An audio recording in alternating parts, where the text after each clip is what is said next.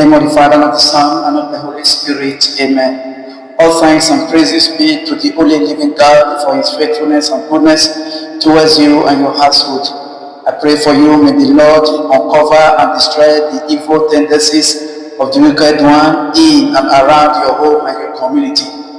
May he give you victory over all the challenges you may be facing today. You will triumph over all obstacles and be celebrated in full over those who have mocked you. May all the good things that are dead in your life and your family be resurrected.